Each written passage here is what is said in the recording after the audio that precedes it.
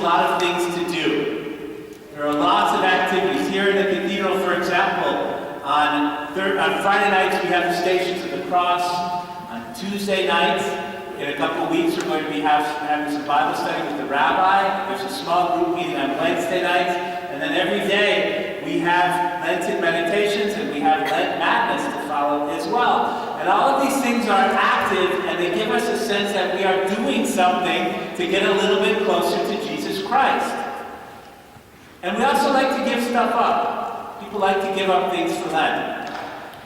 On Ash Wednesday, Mr. Hansler, our music director, was eating lunch after the Ash Wednesday service in an Italian restaurant, and he looked around and noticed that every single person had ashes on their forehead. And he asked, and him himself included, and he asked the waitress there for a hamburger, and she looked at him, she said, "You just went to church and now you're eating meat?"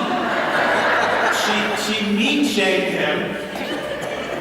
Because, it's Lent, you don't eat meat. There are things that we just don't do, and we may not even know why we do these things or don't do them. It's like someone has just said to us, well, you just follow some of these things. And it can be hard to see what is the connection between giving something up and our spiritual journey. Why is meat such a detrimental thing to my spiritual life? Sometimes it can be hard to see that. And with all that we do during Lent, it can be hard to remember that the season of Lent is not a season about doing, but the season of Lent is a season about being. And that it is our being that God wants. God wants our being. And God wants what's inside of us so much that what is inside of us is really the most important thing to God. And as I've prayed and thought about Lent this season, what for me Lent means, it is the recognition that the importance of the human being, the importance of us, is so great to God that we want to get back to that. We want to get back to that central message. We want to move beyond all the things that we think make us important. We want to move beyond all the things we think make us good human beings, to forget our prizes and our successes, our accomplishments, the things we purchase that we think make us so special, to forget about all that signifies and amplifies and testifies about us, because it's not about what we have, or it's not about what we do or have done. It's not about anything at all, but it is about what God sees within us. I don't think I've ever shared with you, I had this dream once that I was a young baby, and that you could see in my skin, it was like a translucent skin, like an onion skin. And there written inside my skin were these words from God. It was a message from God. But that as I got older, that message started slowly to disappear as the things of the world kind of made my skin difficult to see through. The message slowly disappeared. And that was my dream. And I think part of the reason why I followed Jesus Christ, part of the reason why I'm a priest is because I believe that happens. Part of the reason why I look at the world and I mourn, and sometimes I can't sleep at night, is because I think of all the people who have lost the inner sense of God. All the people who have suffered abuse or trauma. People who, as young children, were told they were not loved, who weren't cared for, who were neglected or abandoned. People who, because of their sexuality or their gender identity or their race or the fact that they're poor or the fact that they're addicted or that have been in prison. People who have been told that they are not okay in their being. People who have gone through loss or pain or struggle or strife, who no longer are able to see this love that God has for them. Our lives are so bloated and weighed down by the world, the accretion of stuff that gathers to us. And we forget that this message is there at all. And we forget that we are still like little babies in the arms of the God who created us, who looks down at us, and who loves us. Not for anything we do, but just because we are. And so I love Lent because every year we can give and fast and pray and give away everything and get back to that place in the desert where we sit next to Jesus, there in his presence, being loved just because we are. God, through great mercy, sent Jesus to the desert, into the wilderness, to show us that we don't need to add to that. to show us that we can be stripped down just to the basics of life. And Jesus did that so well. He did it for 40 days. And if Lent teaches us anything, it is about getting to that place with Jesus in the desert where we don't need him. I picture Jesus there, not in a forest wilderness, although the text says wilderness, but it's not for me a forest where there are trees. It's a place where there's nothing. And Jesus is content with nothing. And so what is the temptation of someone who's content with nothing? What is the worst temptation that they can have? Is to give them something.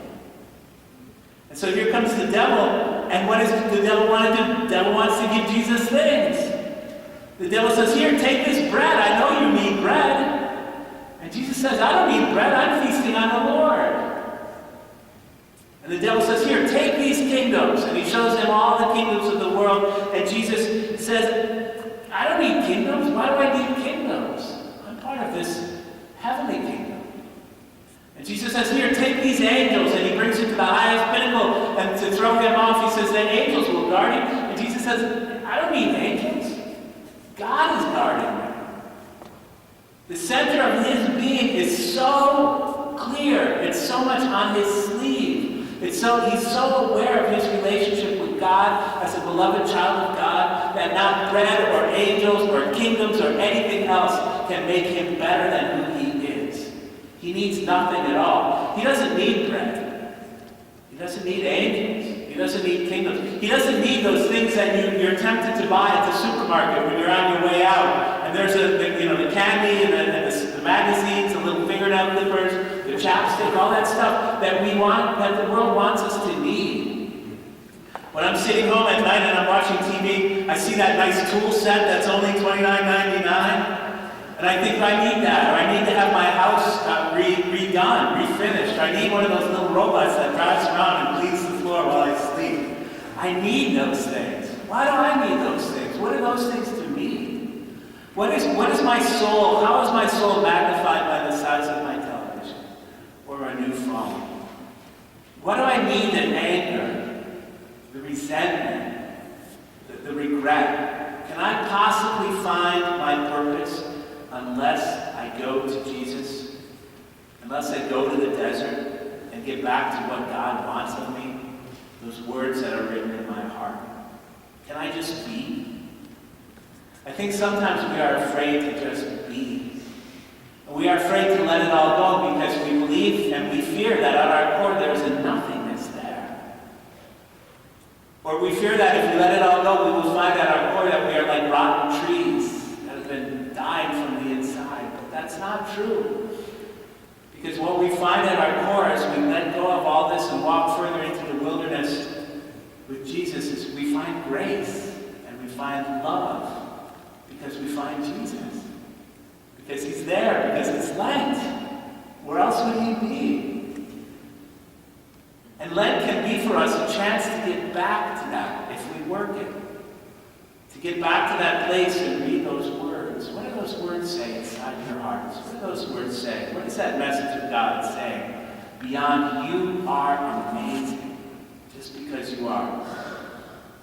And Lent can be a chance for us to share those words with other people. Who do you know in your life needs to hear those words? Who do you know in your life who needs to be reminded that they are still a beloved child of God, who has drifted away from that, who can no longer read the love that is in their core? It's a beautiful thing to lead someone back. I just want to close by saying this. I have a friend who used to say, don't just do something, sit there. Happy sitting, and happy praying, and happy Lent.